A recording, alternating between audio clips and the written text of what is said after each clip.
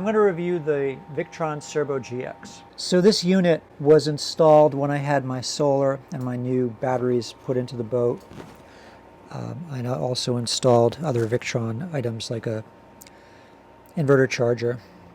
And this is the kind of the brains of the outfit. It connects all the different systems and sends outputs to an optional screen you can buy, which I did buy, or you can also see information through online or remotely about your system. Charging profiles, what your solar panels are doing as far as input, output, anything you want to know about the electronics in your boat.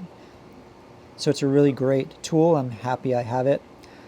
One other nice feature with it too is a technician, like my technician, can remote into the system and see what's going on in my boat without actually even being here. He's done that a couple times, and it was a great feature.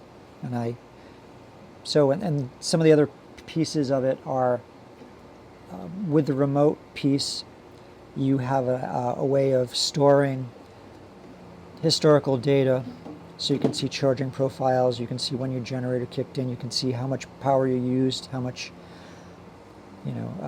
over time. So it's a great little device. I highly recommend it. Grab the links below and remember to hit that subscribe button.